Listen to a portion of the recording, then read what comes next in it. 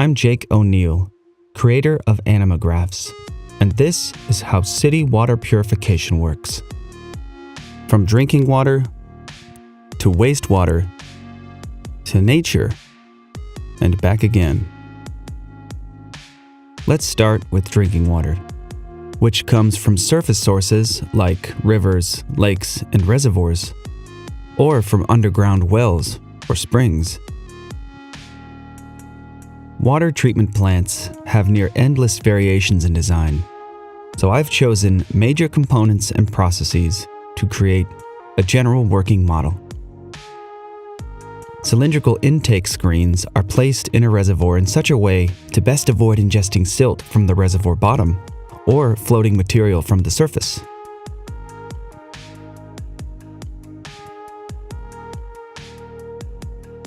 A lift house with vertical pumps draws water from a well and into the treatment plant.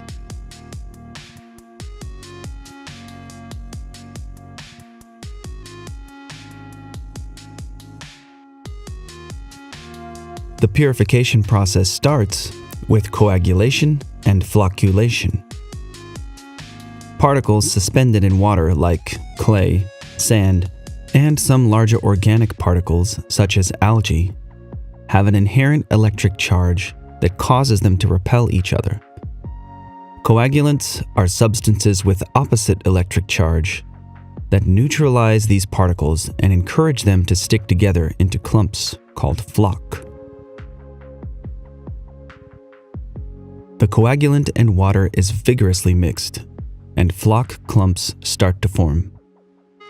To make floc particles heavier and therefore even easier to eventually settle out, microsand is added as the water is drawn through a special mixing tube with a polymer to help the sand stick.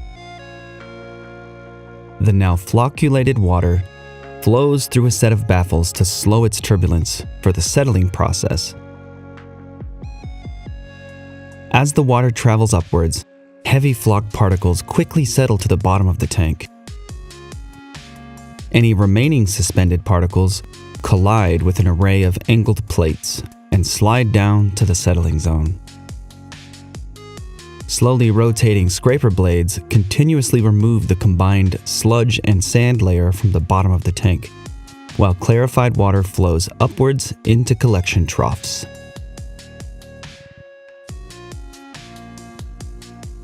At this stage, the water already looks clear and a lot less cloudy.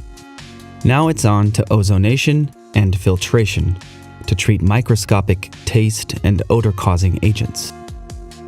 These can include inorganic elements such as iron or sulfur, or harmful bacteria and viruses.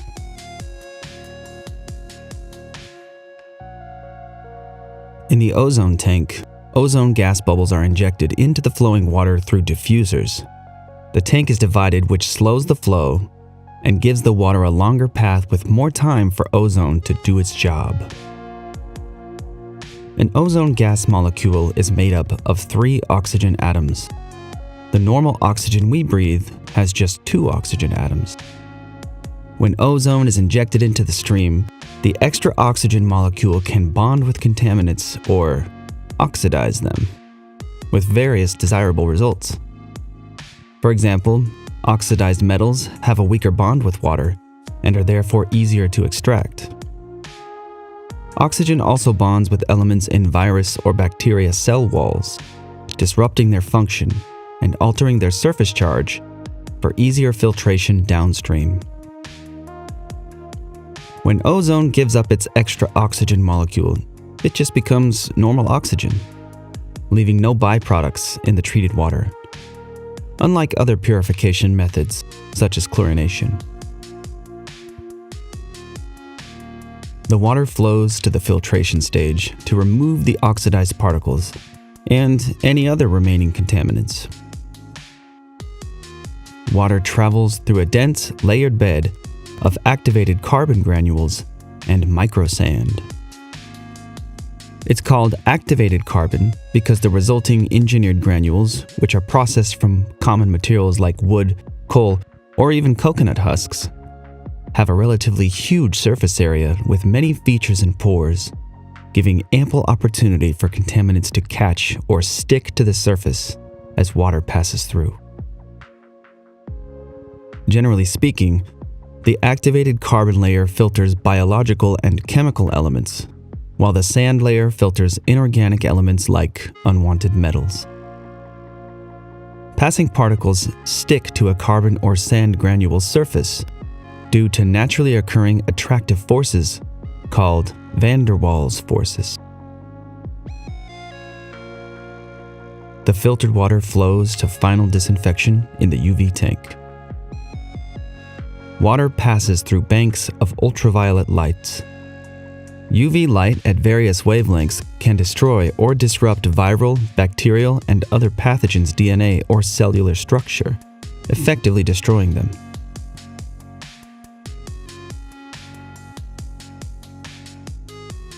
The water is now ready for public consumption.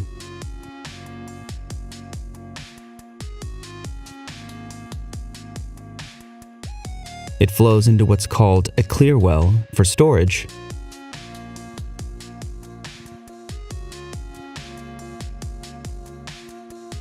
or into the municipal system for use.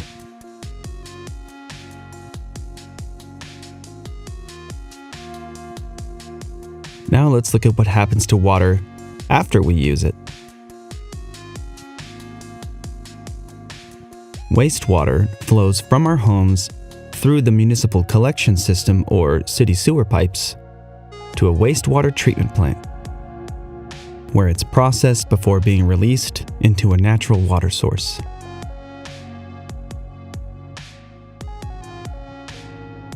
The Headworks is a group of processes that removes large debris and heavier inorganic particles from the incoming wastewater flow.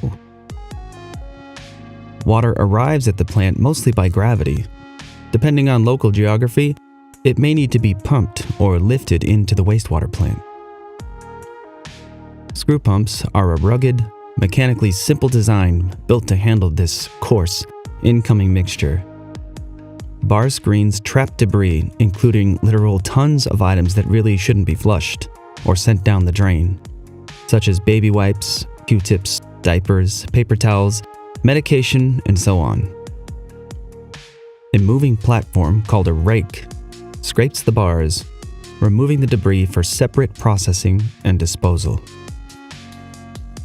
The water then travels to the grit chamber to remove heavier, inorganic, gritty particles like sand, silt, clay, coffee grounds, eggshells, and so forth, while allowing lighter organic material to pass through.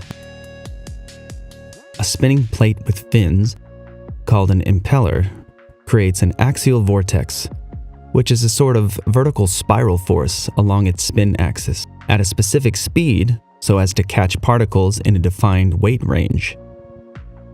These heavier grit particles are forced down chamber walls and out at the bottom. The grit is collected to undergo its own separate dewatering and washing process. The wastewater leaves the headworks towards primary clarification.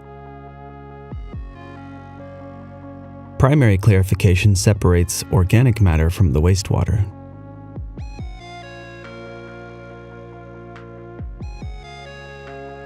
Water flows in at the center of large circular basins called sedimentation tanks.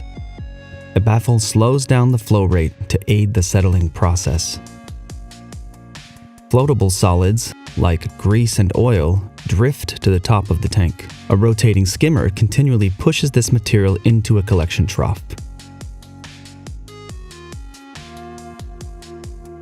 Settlable solids sink to the angled bottom of the tank and form a sludge. Scraper arms push the sludge out of the tank into a sludge pit. This organic matter has its own purification process and can eventually be used, for example, as fertilizer.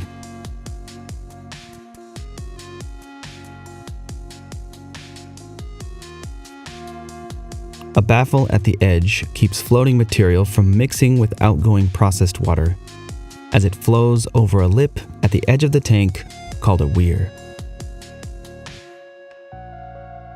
At this point, the water is starting to look a lot cleaner and clearer. The water flows to secondary treatment, which in our model is an aeration tank. In the aeration tank, helpful microorganisms are mixed in with wastewater. These are special bacteria and protozoa that consume biodegradable waste products such as human waste, food waste, soaps, and detergents.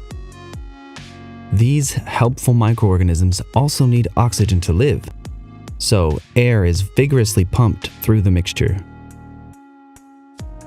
These bacteria directly absorb soluble particles as food or emit enzymes that eventually allow solid particles to be digested. The microorganisms naturally stick together over time, forming clumps called floc.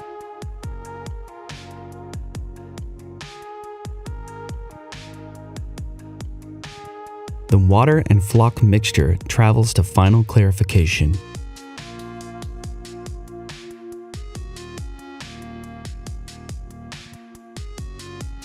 Here, the floc sinks to the bottom of the tank. Some of this settled floc is collected for reuse in the aeration process, as the helpful organisms are still active. Processed water flows over the edge of the tank, en route to final disinfection in a UV light exposure tank. After final disinfection, the water is ready to be released back into nature. A specially designed outfall pipe with diffuser nozzles mixes treated water evenly while causing minimal disruption to existing environmental conditions.